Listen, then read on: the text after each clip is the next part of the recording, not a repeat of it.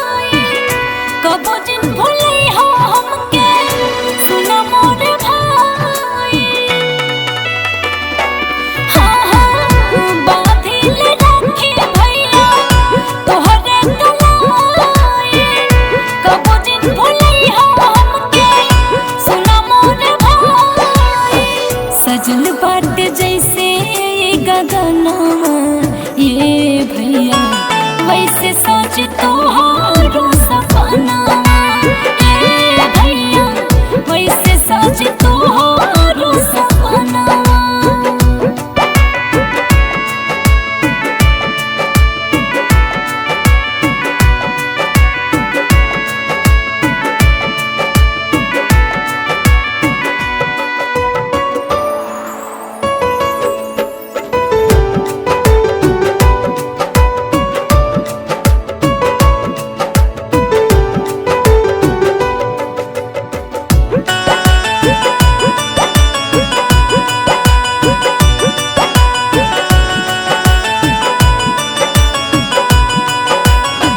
माई बाबू चली गईले छोड़ी के जहानवा, एक दिन तू जाइबू पिया के भवनवा।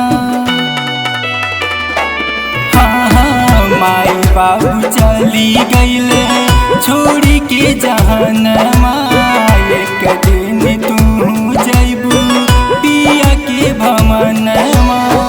सुन हो जाई बहिनी तरसी हमारे नयनमा, ये बहिनी तरसी हमारे नयनमा।